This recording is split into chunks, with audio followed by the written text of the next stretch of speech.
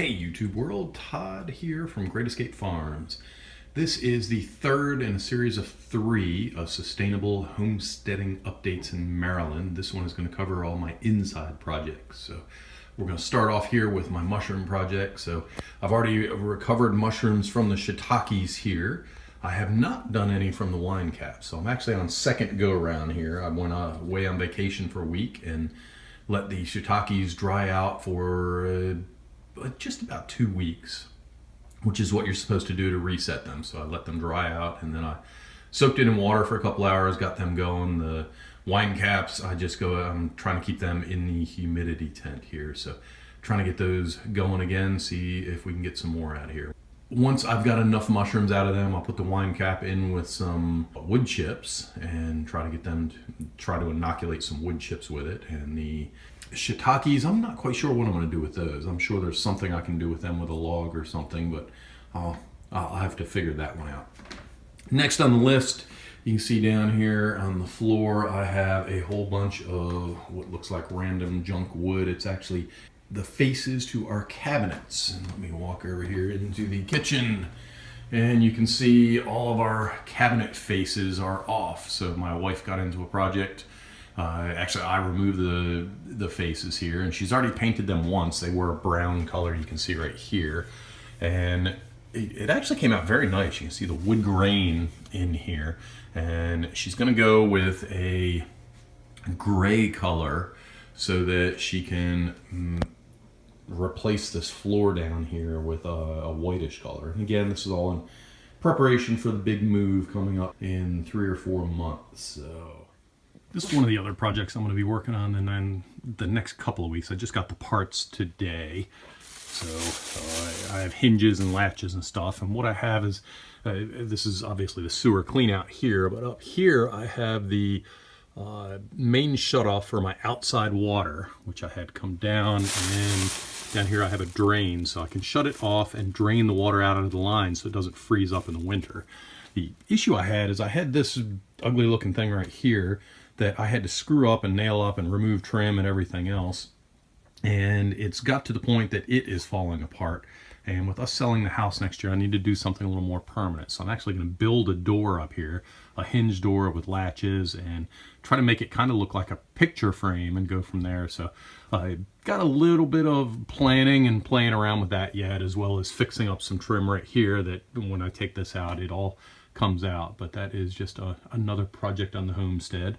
And right over here on this side, I have my continuous brew kombucha, and I've done a separate video on this, and this one has sat around for about 3 weeks now, so it would be way too vinegary to drink. But what I can do is drain a half of this off, or actually about 3/4 of this off, and just add some more sweet tea to this one, and it would start right back up and be just fine.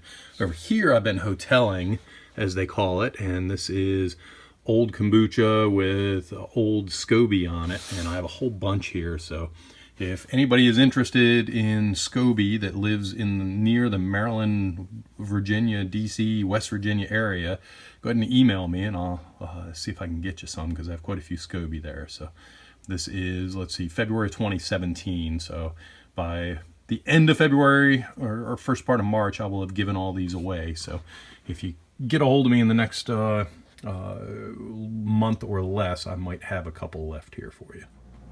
And this is an area I'm going to be working in a lot in the next couple of months. So this is what we call the furnace room. It's an unfinished section of the basement. We do have furnace and air conditioning and stuff in here.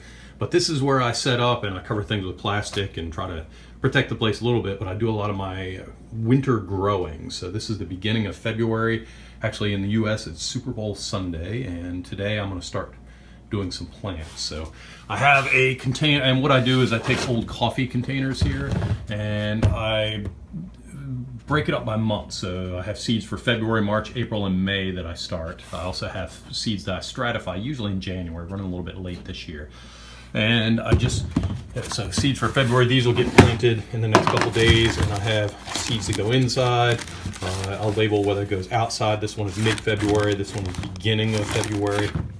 And I keep these seeds in another part of the basement, in this. So they're sealed, which keeps them dry, and they are in a dark area.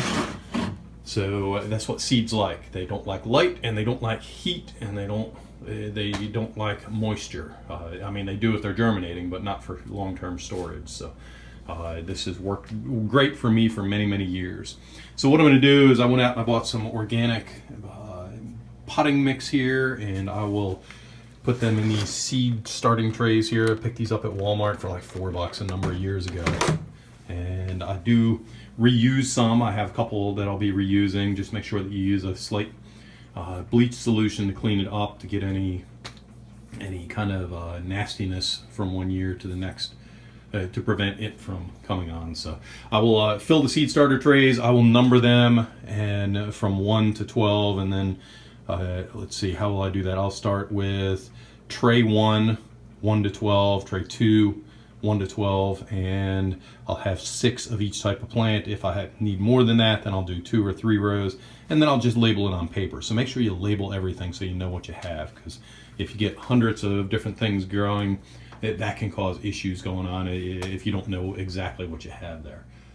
Okay, so let's talk a little bit about this room here. So back here I have a timer which goes up to an extension cord and tees off multiple ways. So I have some lights right there, goes up to the top and hits this particular hydroplanet grow light system right here. I'll be doing a product review on this in the future. It has multiple different full spectrum UV lights here, which are specific for plants to help them grow down in the plants here. And what I do is I put chains, and I need to readjust here, but I put chains on so I can adjust the height. So as the plants get bigger, I can actually raise and lower for right now. And then as the plants get bigger, I can raise the grow light system. Let me back up this way so you can actually see what the system is here. And I'll just lower it. So when I initially start out, I'll have the hydroplanet about 18 inches away from the plants, and I'll have multiple different trays on this table right here. And then, as like I say, as the plants grow, I'll back it up from there and give them room to grow.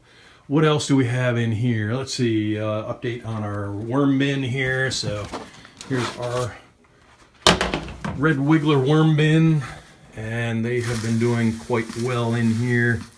Let me see if I can find some in here. I was playing with them earlier.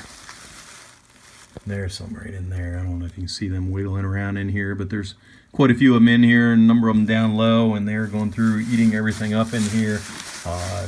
I have several different updates on this one. I still have a little bit of a bug problem here, not as much. I put some more paper on, and I do have some leaves I'll be adding on top here soon that'll help them out. And hopefully by keeping all that stuff in, it'll keep some of the bugs out of here. So I think that is, one other thing I wanted to point out for this section is I had stratified some pawpaw seeds, and these are from the Frederick Pawpaw Festival. You see in here I have a lot of roots growing. I took these out right before I went on vacation, so they'd stratified for 4 months, and they actually have roots coming out of them right now. So I don't have plans of individually potting these. There's probably 70 to 100 seeds in here. So what I'm going to do is just get a 5-gallon bucket like what's over there, filled up with potting soil, and just lay these across. Let them grow this year, keep them well watered. I know it's too close, but they should be good for a year. See how well they grow, and then next year when they're dormant, then it's safe to separate them, pull them out, and make separate plants from what grew, or put them directly into the ground. So that's the plans for the pawpaw seeds. Okay guys, this is the garage area here, and as you can see I have a lot of my potted plants in here. Actually I have all of them in here, and they all need to go out because I have several different projects I need to do in here. So I put them in the garage because we had several days that were going to be down below the teens, down in single digits, and I was afraid that they wouldn't survive. In the ground they would have survived, but in pots they may not have, so I brought them in here. I've had to water them once, and we have rain coming up and warm temperatures for at least the next 2 weeks. So I'm going to take them outside so I can get some of my projects done in here. You can see some of the wood right here. I'll cover what I'm doing with that a little bit later, trying to cover up a water cutoff in the basement area. And one of the projects I have is over here. I did a product review on a SureFlow system. I had one connector here and I had another one right there. I put this connector on too tight, and when I was loosening it off, it broke right off. So I found a replacement for the housing right here. I'll have to look up and see what that cost. I bought it from Amazon, so it was just a replacement itself. The whole pump itself was $100, and the replacement for the housing was a lot less than that. So I'll show you how to fix that. I'll do a separate video on that. Is that it? No, that is not it. Oh, it's in this box right here. Anyhow, that is one of the projects I have, as well as the other project in the basement that I'm working on. And the snowblower here, I need to fix it up and put a new carburetor on it. So lots and lots of stuff going on in here. So later today, I'll be just taking these, I'll put them out in the pool area. And since our last trip out here to the garage, I've moved all of the plants outside. They are going to do well out there. I've looked at the long range forecast, everything. I don't see any temperatures going down into the teens, so hopefully I can leave those out for the duration of the winter.